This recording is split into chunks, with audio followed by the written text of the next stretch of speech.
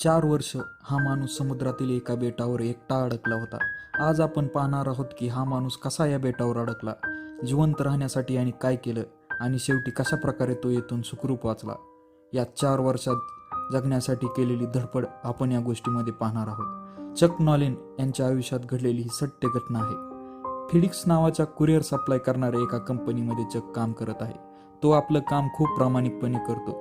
वेळेचं महत्त्व त्याच्यासाठी खूप इम्पॉर्टंट आहे. तो नेहमी काळजी घेतो की प्रत्येक कुरिअर, प्रत्येक सामान कस्टमरकडे योग्य वेळेत पोहोचेल. याच्यासाठी तो वेगवेगळ्या देशांमध्ये जातो जिथे फिडिक्स कंपनीची ब्रांच आहे आणि तेथील कामगारांना प्रेरणा देतो, वेळेचं महत्त्व पटवून देतो. चकचं एका मुलीवर प्रेम आहे जिचं नाव कॅली आहे. कॅली ही चकवर खूप प्रेम करते. खूप वर्षापासून हे दोघे रिलेशनशिपमध्ये आहे. यांना लग्न करायचं आहे.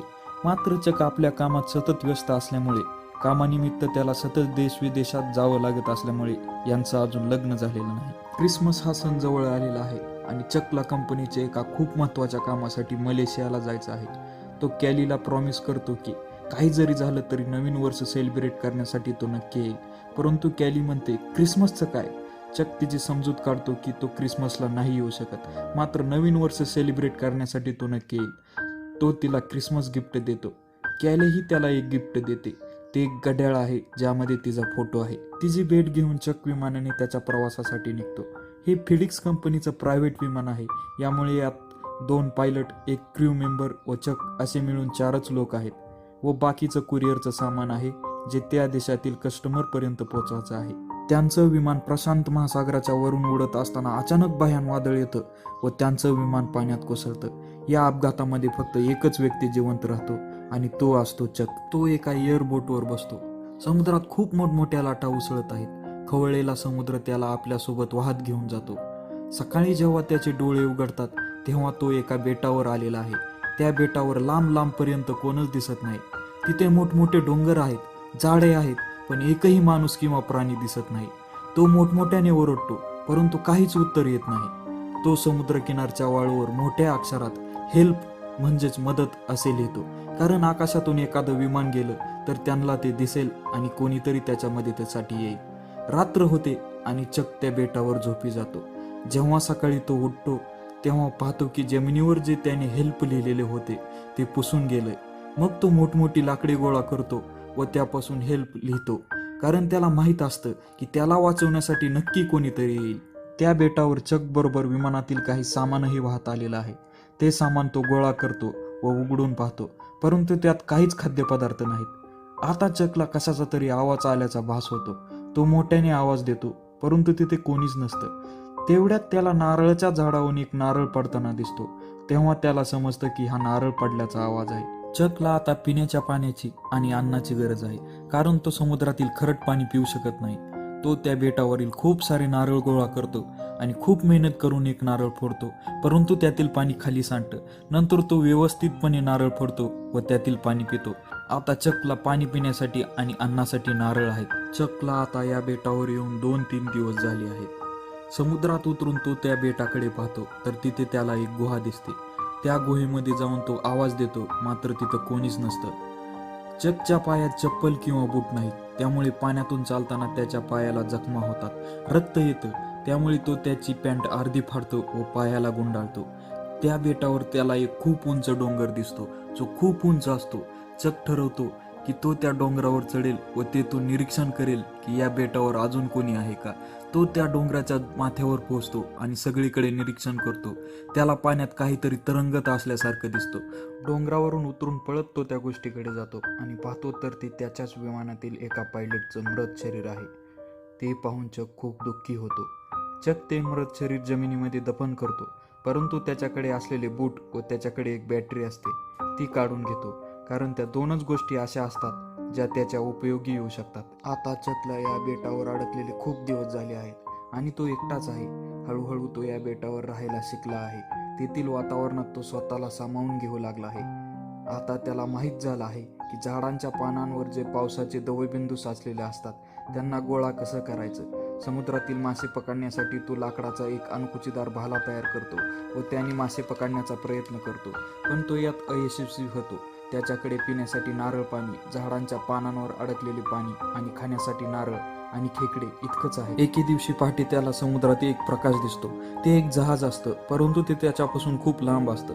चक त्याच्याकडे असलेल्या बॅटरीच्या सहाय्याने त्या जहाजाला सिग्नल देण्याचा प्रयत्न करतो, परंतु त्याचा काहीही उपयोग होत नाही, कारण ते जहाज खूप लांब असतं. त्या बॅटरीचा प्रकाश तिथपर्यंत पोहोचू शकत नाही. चक जोरजोराने ओरडतो, परंतु त्याचाही काही उपयोग होत नाही. नंतर चक त्याच्याकडे असलेला एअरबोट घेऊन त्या जहाजाकडे जाण्याचा प्रयत्न करतो, परंतु समुद्राच्या लाटा त्याला पुन्हा त्या बेटावर आणून टाकतात. त्या दरम्यान त्याच्या पायाला जखम होते व रक्तही येतं. एक दिवस पाऊस होत असतो आणि चक त्या बेटावरील गुहेत झोपतो, परंतु रात्री झोपताना त्याच्याकडून ती बॅटरी सुरूच राहते. सकाळी उठून तो पाहतो तर ती बॅटरी बंद झालेली असते, कारण त्यामधले सेल संपलेले असतात.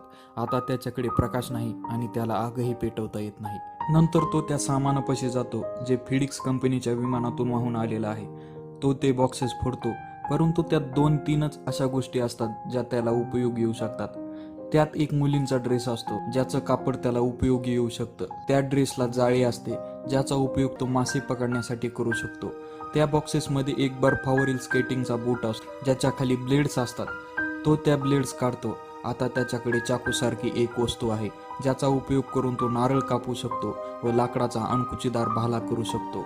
तो एक लाकडाचा भाला तयार करतो. आता पुन्हा तो मासे आणि खेकडे पकडण्याचा प्रयत्न करतो. यावेळेस चक मासे पकडण्यात यशस्वी होतो. खेकडे तर तो आधीपासूनच समुद्रकिनारी पकडत होता, मात्र तो आता पाण्यातील मासेही पकडू शकतो. मासे आणि खेकडे चकला कच्चे खावे लागत आहे, जी खूप अवघड गोष्ट आहे. त्यामुळे ते भाजून खाण्यासाठी तो लाकडावर लाकूड घासून आग बनवण्याचा प्रयत्न करतो, परंतु हे करत असताना लाकडाचं टोक त्याच्या हातात खूप असतं आणि त्याला जखम होते. तो जोरजोरात ओरडतो. त्याला खूप वेदना होत असतात. रागारागात तो जवळच्या गोष्टी इकडे तिकडे फेकू लागतो. त्यानंतर नारळ तोडत असताना त्याच्या मनात विचार येतो की जर त्याने लाकडावर लाकूड ठेवून मागे पुढे घासलं तर कदाचित आग पेटू शकते, आणि तो तसं करण्याचा प्रयत्न करतो. खूप वेळ प्रयत्न केल्यानंतर तो आग पेटवण्यात यशस्वी होतो. त्यामुळे तो खूप खुश होतो. तो आनंदाने नाचू लागतो. या बेटावर आल्यापासून आज पहिल्यांदाच तो आनंदी झाला आहे. या बेटावर वाहून आलेल्या पार्सलमध्ये एक फुटबॉल पण आहे ज्यावर चकचं रक्त लागलेलं आहे. तो त्यावर चेहऱ्यासारखा आकार तयार करतो. त्या फुटबॉलवर विल्सन असं लिहिलेलं असतं, म्हणून तो त्या फुटबॉलचं नाव विल्सन ठेवतो. खूप दिवस झाले या बेटावर चक एकटाच आहे. तो इतके दिवस कोणाशीच बोलला नाही आणि चक त्या फुटबॉलला म्हणजेच विल्सनला बोलू लागतो. तो त्या निर्जीव फुटबॉलला सगळं काही सांगू लागतो, जसे की तो फुटबॉल जिवंत आहे. आता चकचा या बेटावर एक मित्र आहे आणि तो आहे विल्सन. चकला अजून एका गोष्टीचा खूप त्रास आहे, तो म्हणजे त्याचा दात खूप दुखत आहे. त्याला दातदुखीचा हा त्रास आधीपासूनच आहे, परंतु डॉक्टरकडे जाण्यासाठी तो घाबरत होता. परंतु हा त्रास आता त्याला सहन होत नाही. खूप कष्टाने तो त्याचा दात पाडण्यात यशस्वी होतो, परंतु हे करत असताना तो बेशुद्ध पडतो. हळूहळू वेळ निघून जात आहे आणि आज चकला या बेटावर आलेले 4 वर्ष झाले आहेत. या 4 वर्षामध्ये चक पूर्णपणे बदलून गेला आहे. आधी तो जाड होता, परंतु आता हडकुडा झाला आहे. त्याच्या शरीराचे केस खूप वाढले आहेत. शिकार करण्यातही तो खूप पारंगत झाला आहे. आता लांबूनच लाकूड फेकून तो मासा पकडू शकतो, कारण या 4 वर्षात त्याने याचा खूपदा प्रयत्न केला आहे. चक आता त्या बेटावरील वातावरणात पूर्णपणे सामावून गेला आहे. आता तो एकदम परफेक्ट या बेटावर राहायला शिकला आहे. त्याचबरोबर चक आणि विल्सन यांची मैत्री सुद्धा खूप घट्ट झाली आहे. चक विल्सनला सगळ्या गोष्टी सांगतो. दिवसभर तो त्याच्याशी गप्पा मारतो. एके दिवशी चक मासे खात बसलेला आहे, तेव्हा त्याला एक आवाज येतो. लपत लपत तो त्या आवाजाच्या दिशेने जातो व पाहतो तर एक पत्रा वाहत आलेला आहे. नंतर चक खूप वेळ त्या पत्र्याकडे पाहत बसतो. त्याच्या डोक्यात एक विचार येतो की याच्या मदतीने या बेटावरून तो वाचू शकतो. त्या बेटाच्या सर्व बाजूने खूप मोठा समुद्र आहे. जेव्हा जेव्हा चकने समुद्रातून प्रवास करण्याचा प्रयत्न केला तेव्हा तेव्हा समुद्राच्या लाटा त्याला परत त्या बेटावर आणून आपटत होत्या. त्यामुळेच गेली 4 वर्षे तो या बेटावरून बाहेर जाऊ शकला नाही. त्यानंतर चक त्या बेटावरील मोठी मोठी नारळाची झाडे तोडतो आणि खूप कष्टाने एक नाव तयार करतो.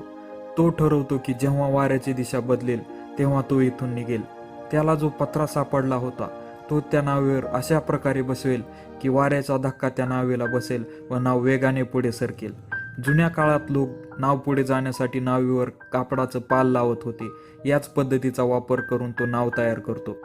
एके दिवशी हवेची दिशा बदलते आणि चक त्याच्या प्रवासाला सुरुवात करतो. त्याचा मित्र विल्सनलाही तो सोबत घेतो. जोरदार लाटांचा सामना करून तेथून तो निघतो, परंतु अजूनही अनंत समुद्र त्याच्या समोर आहे.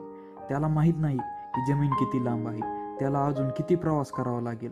मागे वळून तो त्या बेटाकडे पाहतो, कारण आयुष्यातली 4 वर्ष त्याने त्या बेटावर घालवलेली आहेत. तो ते बेट सोडून जातोय, पण खूप साऱ्या आठवणी त्याच्या सोबत आहेत. परंतु त्याच्या मनामध्ये एक उमेद आहे की आता कदाचित तो घरी पोहोचेल. परंतु हे इतकंही सोपं नाही. त्याच्यासमोर समुद्रातील एक खूप मोठा व्हेल मासा येतो. मात्र त्याचं नशीब बलवत्तर म्हणून तो मासा त्याला काहीही न करता निघून जातो. समुद्रात त्याला खूप मोठ्या लाटांचा सामना करावा लागतो. खाण्यासाठी तो समुद्रातील छोटे मासे पकडत आहे. पिण्यासाठी खूप सारे नारळ त्याने सोबत आणले आहेत. पावसाचं पाणीही तो त्या नारळांमध्ये जमा करून ठेवत आहे. त्याचा हा समुद्र प्रवास सुरू आहे आणि एके दिवशी जग झोपेतून उठतो आणि पाहतो तर त्याचा मित्र विल्सन, म्हणजेच तो फुटबॉल त्याच्या नावेवर नाही.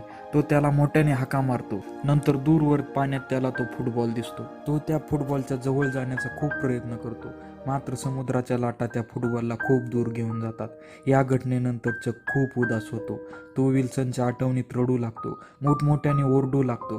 विल्सन जरी निर्जीव फुटबॉल असला तरी जगच्या खूप साऱ्या आठवणी त्याच्याशी जोडल्या आहेत. त्याच्या खूप साऱ्या भावना त्याच्याशी जोडल्या आहेत. कारण गेली 4 वर्ष विल्सनच अशी गोष्ट होती जिच्याशी जग बोलत होता. आपल्या मनातल्या सर्व भावना तो त्या फुटबॉलपाशी बोलून दाखवायचा. त्यांचा विरह त्याच्यासाठी खूप दुःखदायक आहे. त्यानंतर काही दिवसाच्या प्रवासानंतर जग पूर्णपणे थकलेलं आहे, मनातून तुटलेलं आहे. तेव्हा एक मालवाहू जहाज त्याच्या जवळून जात असतं व ते लोक त्याला पाहतात व त्याला वाचवतात. आता चक आपल्या घरी, आपल्या परिवारामध्ये परत आलेला आहे. फिडिक्स कंपनीद्वारे त्याचे खूप जल्लोषात स्वागत केलं जातं. मात्र त्याच्या मित्रांनी, त्याच्या परिवाराने त्याला मृत समजलेलं असतं. त्यांनी त्या विमानातील लोकांना खूप शोधण्याचा प्रयत्न केला होता, परंतु कोणीही सापडलं नसल्याने त्यांनी यांना मृत घोषित करून त्यांच्यावर अंत्यसंस्कार केलेले होते. कॅली, जिचं चकवर खूप प्रेम होतं, तिचंही आता लग्न झालं आहे आणि तिला एक मुलगी सुद्धा आहे. चक तिला भेटायलाही जातो. चकला समोर पाहून कॅली खूप खुश होते. त्याला ती कडकडून मिठी मारते. कॅलीचा आता स्वतःचा परिवार आहे, त्यामुळे ती चक सोबत येऊ शकत नाही. चकलाही नाही वाटत की तिने तिचा परिवार सोडून त्याच्या सोबत यावं. कॅलीने चकला जे घड्याळ दिलं होतं तो तिला परत देतो. कॅली म्हणते, हे मी तुला दिलेलं क्रिसमस गिफ्ट आहे, तू परत का देतोय? परंतु चक म्हणतो की हे तुझ्या परिवाराची आठवण आहे, याला परिवारापाशीच राहू दे. कॅली चकला म्हणते की तू मला प्रॉमिस केलं होतं की तू परत येशील. चक म्हणतो, हो मी प्रॉमिस केलं होतं, पण मी प्रॉमिस पूर्ण नाही करू शकलो, आय एम सॉरी. नंतर कॅली चकला एक गाडी दाखवते जी त्याचीच जुनी गाडी आहे. चकच्या खूप आठवणी त्या गाडीसोबत जोडल्या गेलेल्या आहेत. कॅली चकला ती गाडी देते व तो ती गाडी घेऊन निघून जातो. परंतु चक थोडाच पुढे गेलेला आहे तोवर कॅली पळत त्या गाडीच्या मागे येते. चक ही गाडी मागे घेऊन येतो. ती त्याच्यापाशी जाऊन त्याला जोरात मिठी मारते, कारण चकच्या जाण्याचं तिला खूप दुःख होत असतं. ती त्याला म्हणते की मला माहीत होतं की तू जिवंत आहेस आणि तू नक्की येशील, परंतु सर्वांनी सांगितलं की तू जिवंत नाहीस.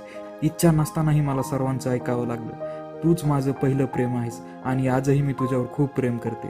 चक म्हणतो, माझंही तुझ्यावर खूप प्रेम आहे. चक तिला तिच्या गाडीत बसवतो.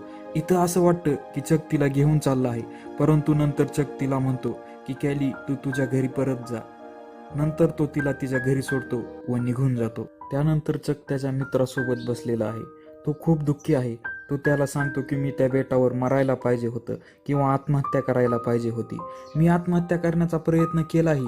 मी एका झाडाला दोरी बांधली आणि फाशी घेण्याचा प्रयत्न केला, परंतु मी नाही करू शकलो कारण मला कॅलीपाशी परत यायचं होतं. परंतु जेव्हा आज मी परत आलो आहे तेव्हा मी कॅलीला हरवून बसलो आहे आणि तो इमोशनल होतो.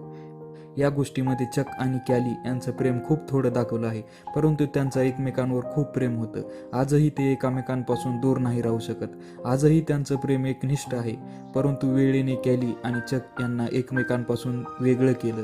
कॅलीला लग्न करावं लागलं, परंतु चक आता एकटा आहे.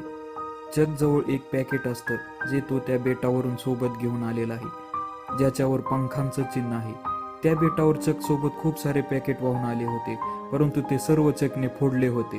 परंतु हे एक पॅकेट आहे जे त्याने अजूनही फोडलं नाही, कारण तो त्याच्या कामाबद्दल खूप प्रामाणिक असतो. त्याला वाटत असतं की जेव्हा तो त्या बेटावरून घरी येईल तेव्हा ते पॅकेट तो त्याच्या मूळ मालकाकडे देईल आणि तो ते पॅकेट द्यायला त्या पत्त्यावर जातो. परंतु घरी कोणीच नसतं. नंतर चक ते पॅकेट त्या दारात ठेवतो आणि त्यावर एक चिठ्ठी लिहून ठेवतो की या पॅकेटमुळे आज मी जिवंत आहे, थँक्यू चक नॉलेन, व तो तिथून निघून जातो.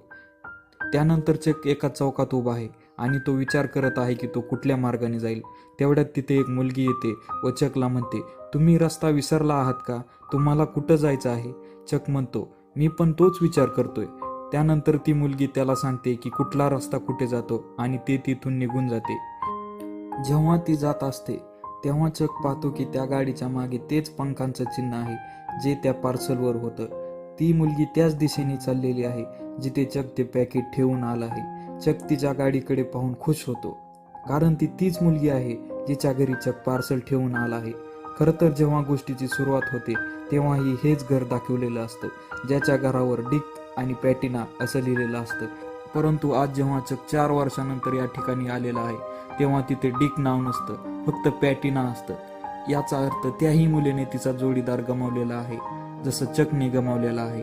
आता ते दोघेही एकटे आहेत. होऊ शकतं की पुढे हे दोघे एकत्र येऊ शकतील, कारण चकच्या चेहऱ्यावर एक नवीन आशा आणि आनंद असतो. याचबरोबर ही गोष्ट संपते. ही एक हॉलिवूड फिल्म आहे जिचं नाव आहे कास्ट अवे. 7 डिसेंबर 2007 रोजी ही फिल्म प्रदर्शित झाली होती. यामध्ये मुख्य भूमिका टॉम हँक्स यांनी साकारली होती. तुम्हाला जर हा व्हिडिओ आवडला असेल तर व्हिडिओला लाईक करा, शेअर करा आणि सबस्क्राईब करा.